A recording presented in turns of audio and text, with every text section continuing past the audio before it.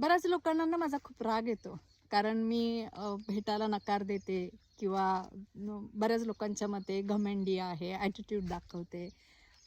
बरंच काही-काही मला असं मस्त छान-छान नावं दिलेली आहेत. मला त्याचं काहीच वाटत नाही. का माहिती आहे का?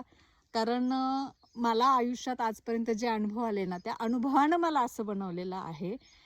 त्याच्यामुळे माझ्यात काही बदल होणार नाही. आणि मला कोण काय बोलतं आणि कोण काय म्हणतं, हे अजिबात काही वाटत नाही. कारण मी आता स्वतःसाठी जगायला शिकलेली आहे. आजपर्यंतच्या आलेल्या अनुभवामुळं मी फक्त आता स्वतःसाठी जगायचं हेच ठरवलेलं आहे. कोण काय म्हणतं त्याच्या मी कधीच काही विचार करणार नाही आणि करतही नव्हते मी आणि इथून पुढे करणारही नाही. कारण आयुष्यात खूप लोकं जोडले. खूप, खूप लोकं जोडले. खूप. उपयोगाला येतील, नाही येतील माहीत नव्हतं. पण लोकं जोडत गेले, जोडत गेले, जोडत गेले. पण माझ्या वेळेला काहीच उपयोग झाला नाही त्या जोडलेल्या लोकांचा. तो ना अनुभवला आयुष्यामध्ये. पण ज्यावेळी वेळ येते ना, त्यावेळी कुणी मदतीला येत नाही.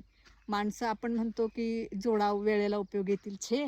काही नाही, कोण नसतं वेळेला उपयोगी येत.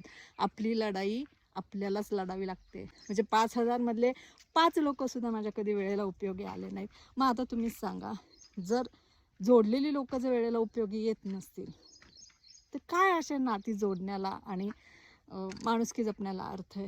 सो मी स्वतःसाठी जगायला शिकली आता आणि कोण काय म्हणतं ह्याचं मी कधीच मनाला लावून घेत नाही. कारण मी आता माझ्यासाठी जगतीये. अनुभव वाईट आहे, पण खरं आहे.